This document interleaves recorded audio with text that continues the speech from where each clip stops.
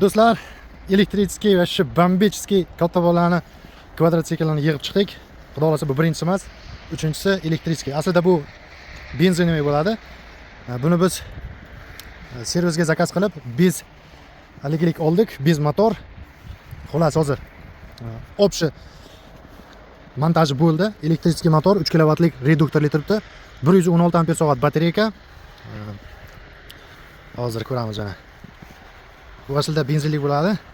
Ko'rib turganingizdek, elektriskiy motor qo'yganmiz. Zanjir 530 lik.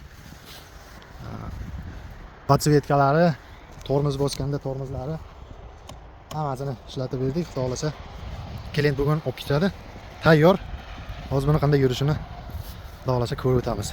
Tak, наворотлari elektriskiy kurok gaz. Mana. Elektriskiy kurok gaz. Ключ zажигания. Displey hozir yorug'da ko'rinmayapti. Podogrev rullari bor. Podogrev ruli, farlari, haligi gabarit, signal, дальноближний, gidrolitskiy tormozlar. Hozir qani ko'ramiz kamgina. Yurishlariga o'zlaring bir baho berasizlar.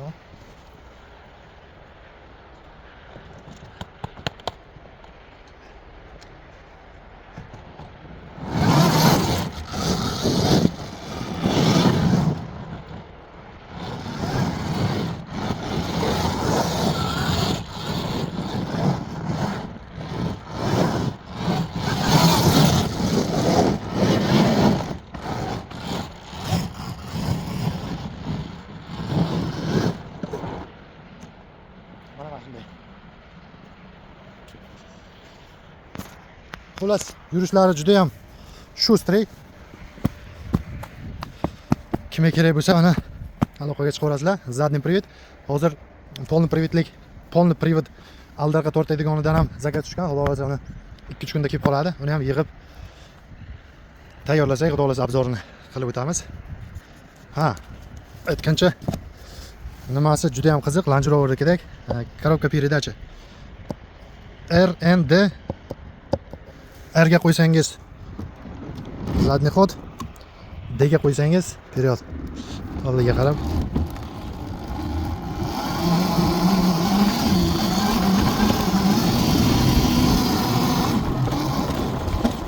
Xullas juda ham bir maza qilib boradigan kvadrotsikl. Mana shunday. Hammaga xayr, sog' bo'lasizlar.